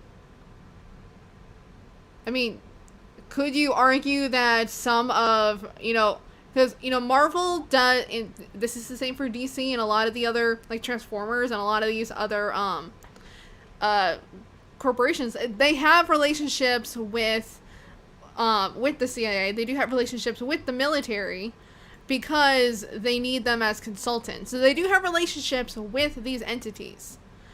Mm-hmm. So, but that doesn't necessarily, and like we do know that media is used to push certain narratives. That is true. That's why we call a lot of shows propaganda, and a lot of people have remarked on that superhero movies tend to be propaganda because it is definitely kind of celebrating that culture and making it seem like, oh, the cops are the good guys. So we can talk about all of that, but that doesn't necessarily mean that a character was created for that purpose. So I understand where you're coming from, considering they were kind of created around the same time, because America Chavez is not that old of a character. But to say that she is that thing, I don't think is accurate. Let's face it, there are a lot of characters created in the last 5-10 years in Marvel specifically, but also in DC, that are intended to go after a broader audience, and they're characters that are written for it's like, let's have an Afro-Latina or Afro-Latino to get that group. Let's have more black people to get more black people to read comics. Let's have more women to get more women. And the problem is, like, even Marvel Comics, just like with any other corporation, they're doing it like a corporation. They're doing it so they're like, oh, we're trying, like, if you want black people, show black people. You don't have to necessarily physically show black people to get black people in. You could show black people's struggles. For example, what Stan Lee and Jack Kirby did in the 60s, 70s, was they decided to bring in, they did two ways to reach the black community. The first way was the X-Men. That's what we're talking about today. Second way was the character Black Panther. Now, it is much better when these characters are, if you want to create a character, like an Asian character or a black character or a female character, hire that person to write that thing. Yep. That just goes way better. Yeah. Because I guarantee you there are things you're probably not going to get right because you are not the thing. So that's kind of an issue that Marvel has had, but that's not the they don't create characters to be CIA propaganda. They create characters to pander to different audiences. Yeah, that's why these characters have been created. Yeah, and that doesn't necessarily mean that they can't be good characters on their own. Just like, I mean, Jane Foster as Thor, that was a very interesting take on, on Thor, and a lot of people, thought of her as Lady Thor when she first came out. Or even Kamala Khan as Miss Marvel. And she's written by a Muslim woman. So when you have that, and she was a very well-written character when she was first introduced. And so kind of speaking to what Jackie's talking about, like, when you have people writing those stories who truly understand that positionality and who can, in those lived experiences, and can, speak with authenticity and write characters that are authentic to, and not trying to pander, but are truly authentic to that role, you can create truly revolutionary characters. Like, even Miles Morales, I think, is a fantastic character, and has really come into his own, even though, he was initially thought of as, just Black Spider-Man, but he's a completely different character. He's not Black Spider-Man, he's Miles Morales. He even has different power sets. He does not have the same powers that Peter Parker does. Yeah. Real quick, I want to mention Donnie's last super chat comment. It is nice to see Peter Joseph interviewed by someone from FHL. The third documentary is called Zeitgeist Moving Forward. I haven't seen that one. Like I said, Meg hasn't seen any of them. I've just seen the first two. because I didn't even know there was a third till right now. Um, so we can watch that series and definitely do an episode on it if you like. Yeah. It is. It does have to do with like socialism and anarchy and all of that. Like I said, I saw the first one years ago when it first hit YouTube. But yeah, we can definitely look into it. Yeah. Thanks for the suggestion. Oh, Squirrel Girl is totally underrated. She's funny. Squirrel Girl is hella powerful. She is like, yo, she's... Okay, so Where Pilgrim, they went off the rails and mentioned that Jackie would have set them straight. Yeah, probably. I mean, they did. I saw, like I said, I saw a clip, and in that clip, the two of them just lost it. And I'm like, oh, shit. So, yeah. He said, J7 says he feels like Peacemaker was created for that purpose. I know nothing of Peacemaker in the comics. The only thing I know about Peacemaker was from what I saw in Suicide Squad. So I can't really comment on that. Yeah. If you want to comment on characters that were in Suicide Squad that I've seen before, I've seen Starro from Blackest Night. And it's just from that, too. It's literally like my only exposure to Starro before Suicide Squad was when he was in Blackest Night. I think it was Blackest Night. You know, the one where like all the lanterns were fighting, all Lantern Corps were fighting? Anyway. Okay. Yeah, Christopher, exactly. Most people miss this, but Captain America was and is a socialist in Civil War. Thank you. And that's what I always say whenever people say like Marvel MCU is nothing but propaganda. I'm like, except they kind of suck at it because they're literally using Steve as the opposition. Yeah. That was his entire story arc.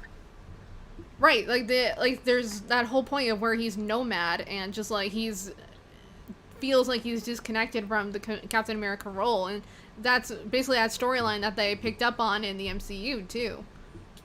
Yes. That was the nomad storyline, which I liked. Yeah. But and kind of back to he totally hooked up with Black Widow during that time. But anyway, so but back to X-Men Days of Future Past. Yes. So okay, so a couple more comments on the Rockfin side and then we're done. No more donations. We do need to be cognizant of the fact that several comics as well as other media do enforce militaristic themes. One of the reasons I always rejected Superman since I was a kid, upholding the great American way. And then also, I'm also conflicted with Agents of S.H.I.E.L.D. show that often felt like a CIA-like glorification at times. Yes. Yeah, I won't argue with that. 100%. It's like I said before, a lot of... Sorry, I got distracted by something about Squirrel Girl. Was it Squirrel Girl? Because you could literally say, Squirrel Girl. Squirrel. Squirrel. Yeah, it was, where Pilgrim was saying, like, yeah, they were supposed to do a Squirrel Girl show. They never made it. But, no, it's like I said before, it's like they have relationships with the CIA, the FBI, the Pentagon, because they need to have consultants for these shows that they want to portray a lot of those things authentically and get access to military weaponry and things like that. So they do have relationships with all of those entities and with the U.S. government. But I definitely agree that I think that's one of the problems that people have very often had with Superman, is that he is very, they call him the big blue Boy Scout for a reason, because he was very much within that vein. He was created to kind of be a patriotic character, in a different way than Captain America was. So I mean, I definitely don't disagree. I kind of like more modern Superman stories where he's kind of questioning. Like there's one by Max Landis called Superman American Alien, which is very interesting. Can't stand Max Landis though. I get that. I get that. A lot of people can't stand Max Landis. Yeah, he's a nut. He's kind of an asshole. He's kind of an asshole too. Kind of? You can take those words right out of that. He is an asshole. He is an asshole. You can dispose of the kind of. I was kind of masking a little bit there. Yeah. By the way, I we're was, saying this yeah. because if you have ever watched his presence on social media or seen him on YouTube, you'll know exactly what we're talking about. He's So very yeah, manic. He's very manic.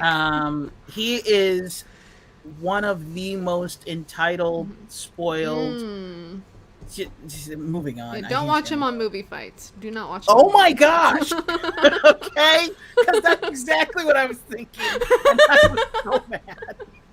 Oh my god, him on movie fights. Oh, I kind of wish we had started this during movie fights. Like, how awesome would it Mm. have been for us to be able to go up on movie fights? Anywho, Mm-hmm. yeah, Yeah. let's like you know want to know a quick secret? I have hated Superman my entire life up until Man of Steel. That's why when everybody's like, Man of Steel sucked, I I'm like, like it's Man of literally the Steel. only iteration of Superman that I've ever given a shit about. I like Because Man to of me, Steel. I like Man of Steel. I thought it was good. Because to me, like, that is a Superman that is like, he's somebody that's relatable. Even though he has Mm-hmm. godlike powers, he still has a human psyche. Mm-hmm. And they explored the character through that. Yeah. Best thing Zack Snyder's ever done, in my opinion.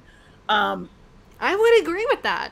Honestly, Because I like would before 100% that, I agree just with thought that. everything about Superman was stupid. I was like, first of all, you mean to tell me he takes off his glasses and you're like, where'd he go? Are we all dogs? Are we all toddlers that are like, oh my god, you hid? Come on, man. Like, no. That's always pissed me off. I was like, everybody in Metropolis is dumb. Every single human, they're all stupid.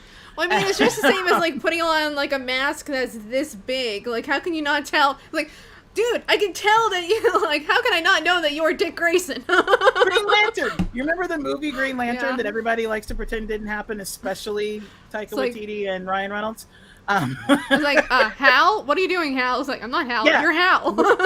You're Hal with the mask on. It's like thank you. Can you not tell that to Kal-El? Anywho, No, it's the curl, man. It's the glasses and that little curl. the curl. So But I mean, obviously, the whole thing was the fact that he was this like whenever he was Clark Kent, like that's one of the reasons I love Chris Reeves' version of Clark Kent versus Superman, because you see that like kind of like diminutive stature and the fact that he's just like this insecure kind of guy, but then all of a sudden he like stands up straight and you can tell, oh, that's Kal-El. So he kind of has those differences of the way he acts. yeah, Whereas, I still so hate it's it. like, yeah, which I mean, I totally get. I hated but- it because to me, I was like, I mean, we're totally this getting is off the topic here for a moment. whitest, most propagandized bullshit I've ever seen in my life, and I was a child. I was an infant, and I was like, that's some bullshit right there. Nothing but propaganda. I'm not following that dude. He's just a super Jackie was powerful woke being. from a very No. young age. Seriously, I always hated Superman. I thought Batman was cooler, but there was always like, something's wrong with him. Like his psyche, he's not right. He's a grown man dressing up as a bat, beating people. Don't ever date him. If you want to see red flags, that's a giant red flag. Grown man dressing up as a bat. That's a parade of red, okay? Which, honestly, that's why red. I really like Batman Year One, written by Jeff Johns. It's an Elseworld story, in which Bruce Wayne, Wait, his Year mom One is is in an Elseworld Arkham. story? Huh? Year One is an Elseworld Oh, no, story? I mean, it is an Elseworld story. It's not, okay, so it's not Batman Year One, but, Earth One. Oh, okay. Batman Earth One, I'm sorry. But, in which, Bruce Wayne, his mom is in Arkham, so, and there's madness that runs through the family. So it's like, yeah, you'd have to be a little mad to dress up as a bat. You'd have to be a little mad.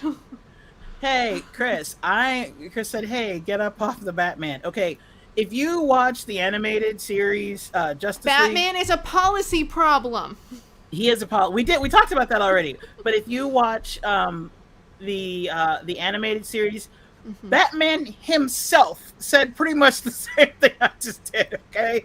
In that show, that's the one with Kevin Connolly playing him. In that show, Wonder Woman is like flirting with him, and he was like, no. Like, what? You can't act like because he always made it seem like before, like, he doesn't date women because if they ever, Batman doesn't date because if somebody wants to go after him, then they'll go after the women. And she's like, clearly I can handle myself. And he's like, So clearly you're that's a not it. princess. I'm a spoiled rich kid in a suit. And I'm like, thank you. Thank you, self-aware Bruce Wayne. Oh, Respect. Batman is a cop. You're right, Jay. Batman is a cop. Like, if anyone is propaganda, it's Batman. Batman is definitely propaganda, but he's not a cop because he goes against the cops. Yeah. Like, it looks like he's in league with the cops because he talks to Commissioner Jordan. But if you pay attention to, like, any comics, the other cops don't like. Other cops hate him. It's just Commissioner Jordan that keeps him. That keeps using him. Yeah, but I think that's more because he's doing their job, and he's doing it better than they are. I mean, is he though? Because like he keeps like the people keep getting out. Oh, Christopher Neal, Batman is not a cop. Stop it. I will say, Liam, you are entirely correct. Batman gets too much love. Have to give Nightwing some love, and I would love to give Nightwing all the love that Nightwing can handle. And if you don't want, like, on it, I wasn't going to watch this season of Titans, but I've started watching this season of Titans, and this season of Titans is really good. So I don't care. If you're not watching Titans, about the medium, I watch it. Nightwing can hit it. Oh, look at that. Like, honestly, if Captain America, if Captain America is America's ass, like, I'm sorry, Nightwing is everyone's. Nightwing's America's all of it. He's got that booty. He's not. Nightwing's you know what? Nightwing is more than just. Here's one place where DC is superior, and that is in Nightwing.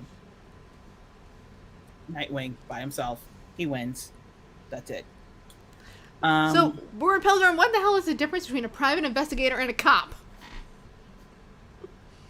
Private investigators don't have the limitations that the police do. So they're not he's still as a corrupt.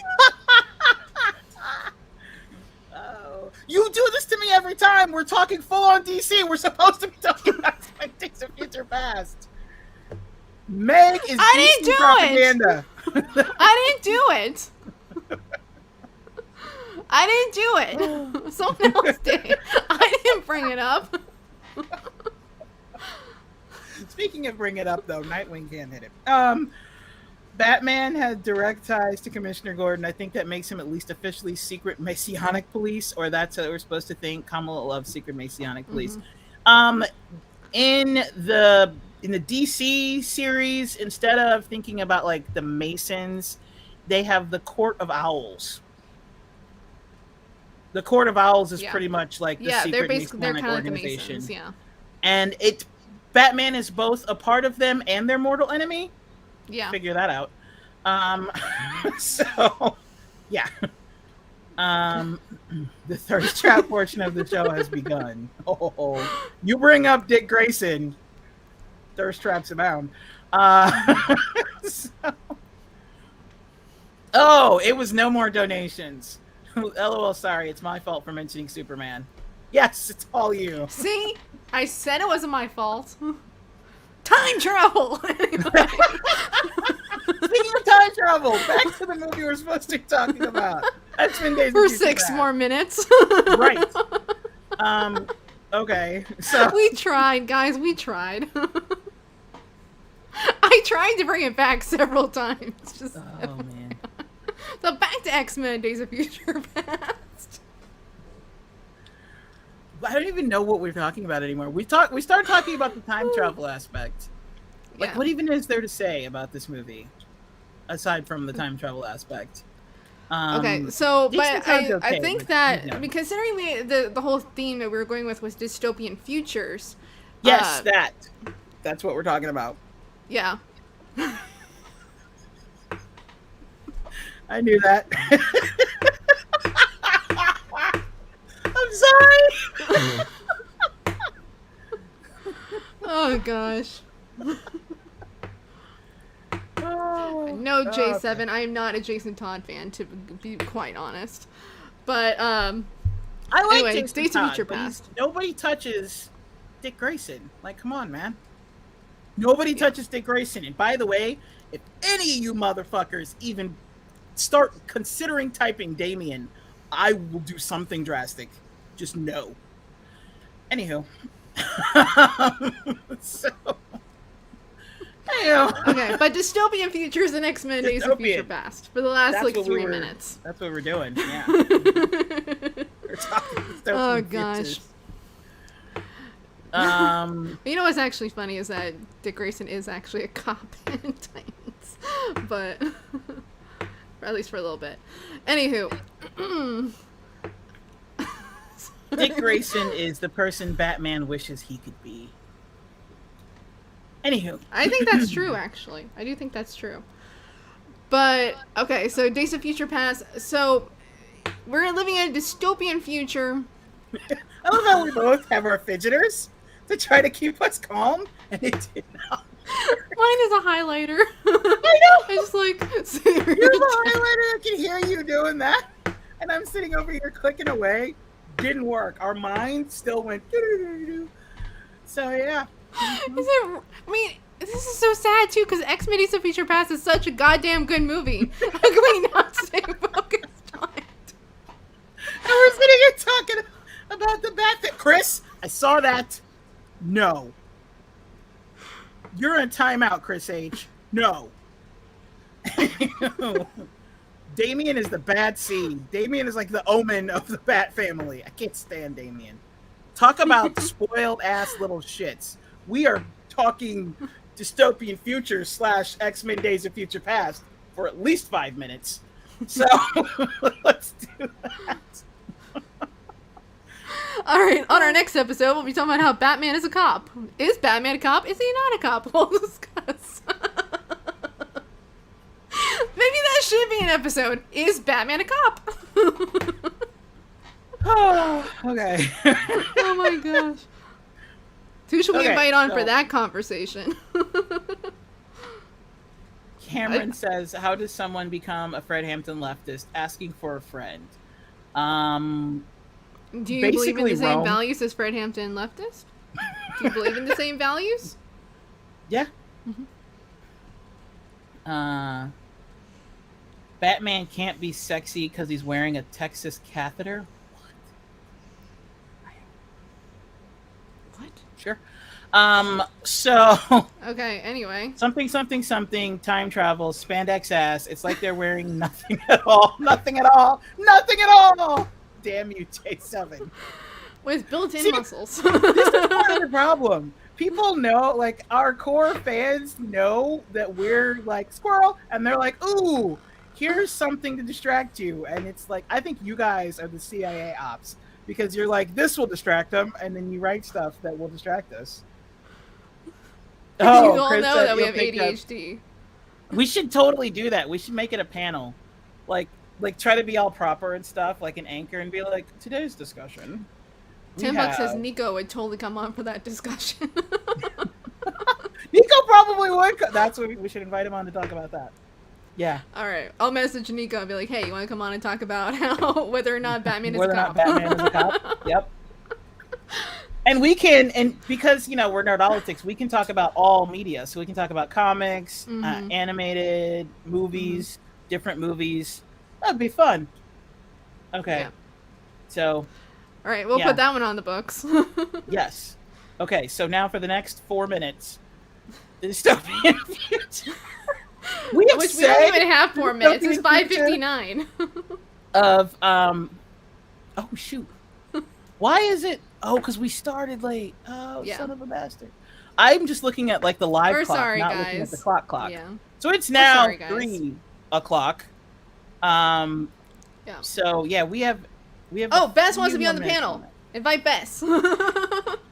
Okay, so we have Christopher Neal and Bess, and then Nico. And Let's try to get Nico on. yeah, I'll we bet gotta Franco get- would probably come on too. I was just thinking that. I was like, well, what about Franco? So there we go. We'll have a total panel of discussing whether or not Batman is a cop. All media. That's gonna be a good show. That's gonna be a good show. Yeah. Okay, All right. so we did discuss X-Men: Days of Future Past Very a little bit. We said it bit. a lot. We mentioned the title so many times. We really did, though. We tried. We tried, guys. We did. By the way, because this always happens. Can we get an A for effort? Right? This always happens. Somebody who is not a part of the stream is going to try to watch this and say, "You guys are all over the place." We fucking know. We both have ADHD that is not treated. Understand that. Why do you think we have our fidget spinners to try to keep us in line? Okay? That's why we're gonna add chapters tomorrow. So if you come back to this, I don't want to see any comments about, "You guys are all over the place. You need structure." Structure is kryptonite for ADHD people. Do you understand that? We're trying, okay? We're trying. Comments are a constant barrage of squirrel. We can't help it. Okay? This is why it's so hard for me to be a teacher too, because like anything that the students do, I'm literally in the middle of a lesson. I'm like, Makivion, stop. I can see you out of the corner of my eye. Stop talking. I can hear you. Thank you, Liam. God. It's horrible. It's horrible, you guys. Okay. So Anyway. All right. Thank you to everyone for all of your distractions. Yes, thank you so much. And thank you for the people We do who appreciate understand what we're doing here and who can laugh along with us. Because we don't always have to be serious. Yeah. So that's the fun of the show. Yeah. So speaking of serious, your deeply serious show. Tell us about it. Why So so good. serious? Why am I here by myself? Because you're doing your show pitch. Oh, sorry. Killjoy. Sorry about Wow. That was a segue and everything. Tell us about your show. that, guys. Sorry. Nope, wasn't paying attention. It's the end of the stream, woman. I'm sorry. Alright, so tomorrow night for the Killjoy Guide, I'm going to have Andre Walton on to talk about how to organize in rural and conservative areas. Should be a good show. Also, the Killjoy Guide is moving to Sunday nights instead of Thursday, so Sundays at 6. Keep an eye out for the Killjoy Guide. Jackie, you. Why so serious? Eastern. Why so Eastern, serious? yes. Why so I serious? am here. Hi, Nerdolitics. I may be resurrecting Rose Against the Machine. I say that every week because I have a lot of shit going on. And at some point, I will do it. I've got, like, stuff to talk about. But it won't be like a partner thing. It'll just be me talking about stories that I don't think are getting enough play. Like, when Germany was underwater and, like, most of Europe was on fire. Things like that. So yeah, if I do start resurrecting that, it's going to be on Tuesdays in the later part of the day ish. So anywho, Andre is awesome and so are you. Thank you. Look at I love you, that. Bess. Thank you. Squirrel girl. Girl. Squirrel. Girl. Girl. All right, so thank you everyone. And I'm gonna throw up the banner real quick as soon as I find it. We're so organized. Right? Here it is. And support the shows So- on Ko-fi. Ko-fi. Yes, you can support us on Ko-fi. You can also get our merch, which I would have in my hand to show you, but it's behind me and I don't feel like turning around. She's got a Force to Vote one. It's up there. You can support the show by going to Ko-fi. If you want to support us directly, just comment nerd when you do so that we know it goes to us. You can also go to our shop and buy our merch. Y'all are awesome. Thank you, everyone. You guys rock. I am slowly going to... There it is!